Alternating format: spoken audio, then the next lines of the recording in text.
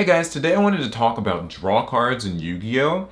And really just the decline of them, I suppose. And in favor of, search cards and card quality versus card quantity. So let's see, where's the best place to start?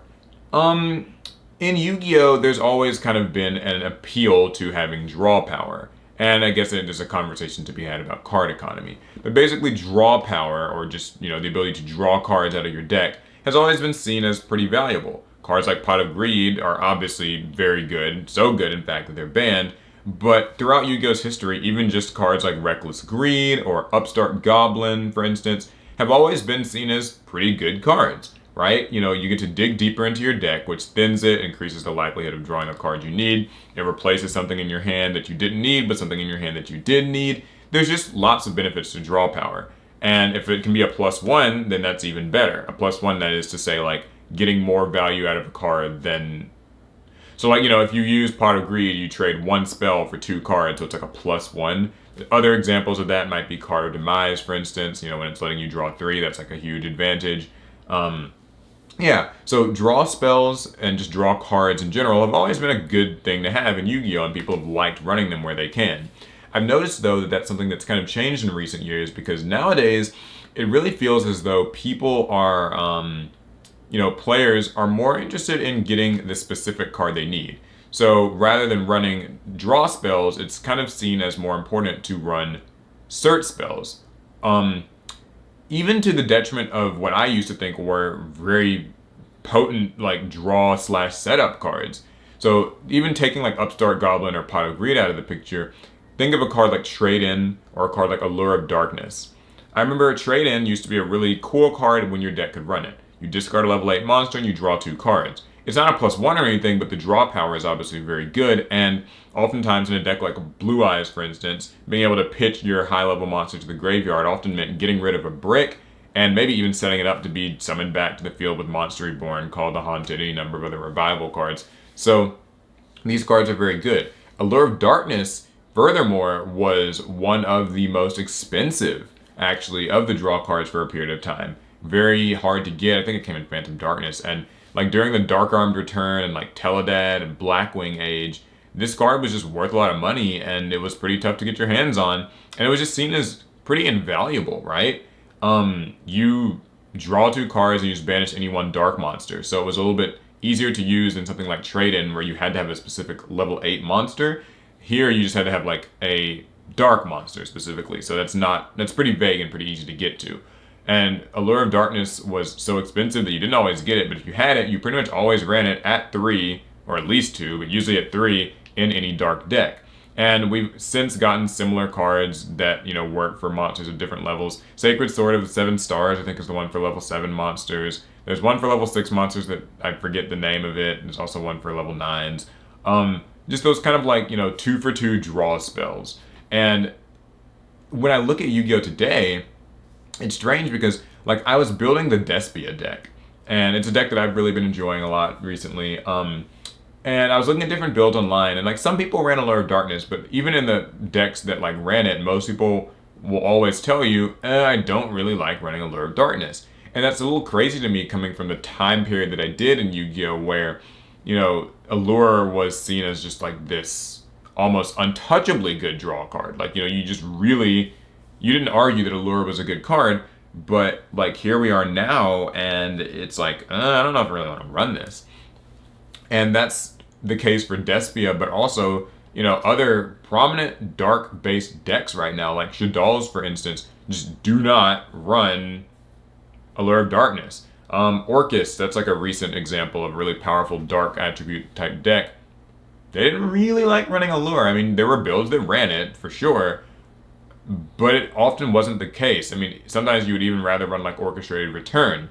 And, obviously there's reasons for that, and so that's what I'm going to get into next.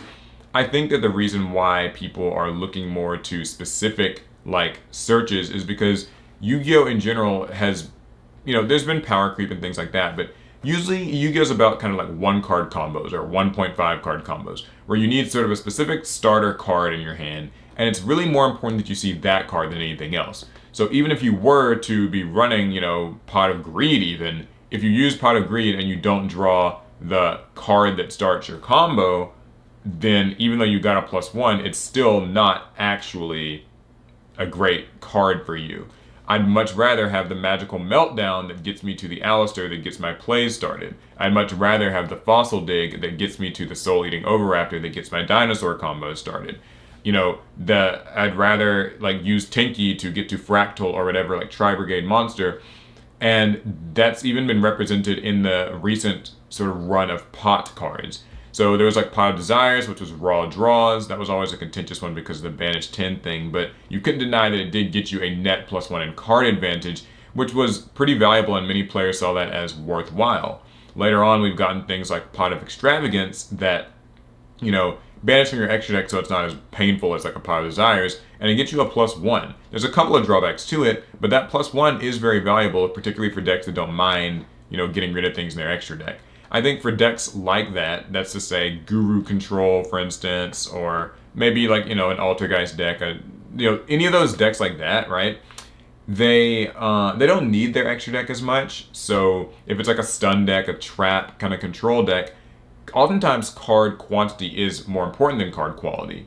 Like in those decks, you're really looking just to get as many trap cards or just powerful control cards as you possibly can.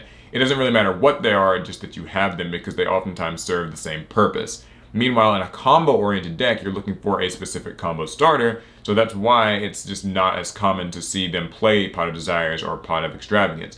But it's probably why a lot of combo decks did take really kindly to Pot of Prosperity. And so that's the one where it's not actually a +1 like a lot of those other pot cards have been. Instead, it lets you dig really deep into your deck and specifically pull out one card. It's fun to have that conversation because I remember when I first read Pot of Prosperity, I was initially kind of turned off the idea that it was just a 0, like a net card economy. I was having to banish these things from my extra deck only to get like kind of the one card. And I'm banishing like 6 just so I can dig 6 cards deep into my deck. It seems a bit weird, but having played with it a little bit myself in decks now, I do understand the appeal. Yu-Gi-Oh! Is less about card advantage or card +1s and economy and stuff these days, and more so about that one key card, that one thing you need.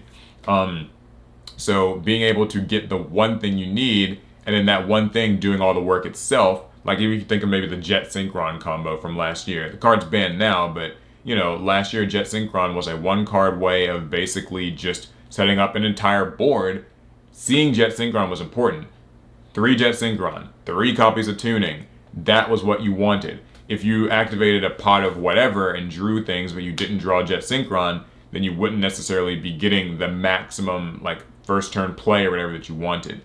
So that's kind of an interesting thought. And even with cards like say Triple Tactics Talent, where it gives you the option to draw 2 cards, sometimes players will take that draw too, but I've oftentimes just seen players use Triple Tactics Talent to cut a card out of their opponent's hand, for instance, or take control of something because it's more valuable to get like high impact in the moment than potential cards that could be helpful. So maybe rather than drawing 2, I'd be more interested in pulling my opponent's play starter card out of their hand, or pulling the strong hand trap that they have that might shut down my entire turn out of their hand. That's interesting to me, and it's an interesting shift that Yu-Gi-Oh's had. And by no means am I complaining, by the way. I actually think it's kind of cool that we've made this move from just, I'll take whatever draw cards I can get because cards are nice to have, just empty cards that I don't necessarily know what they are. Rather, I want specific cards. You can even see it actually when you look at deck profiles and combo videos these days, where people will be like, okay, here's the deck profile, and then at the end they'll show us like some test hands, or like, here's what you can do if you open with this one card, if you open with these 2 cards, and they'll have the rest of the cards in the deck profile like face down, because it's like, if this is your opening hand, you only really need to be paying attention to these 2 cards. The rest of the cards in your hand don't really matter. So blank cards are almost like a thing that they're nice to have, but you really only need to see the 1 or the 2 important, things that need to pull their weight. So hopefully this ramble has been like somewhat clear. I know it's been a little bit weird, but I guess suffice it to say, draw power in Yu-Gi-Oh! Has become a lot less preferable and in favor of just getting specific search cards. I think it's a pretty cool change. Let me know what you guys think. Is it something that you've noticed? Do you still like to use just raw draw cards and prefer that? You know, or if you're playing a controlled deck or a trap based deck, then stuff like Card of Demise or Pot of Extravagance are probably still more valuable to you. But if you maybe play more combo decks, perhaps you are looking more to just have the specific searches and the pinpoint, precise, accurate, card that you need to start the combo. Anyways, I've gone on long enough. That's going to be it. I'll see you guys in the next one. Fast turn.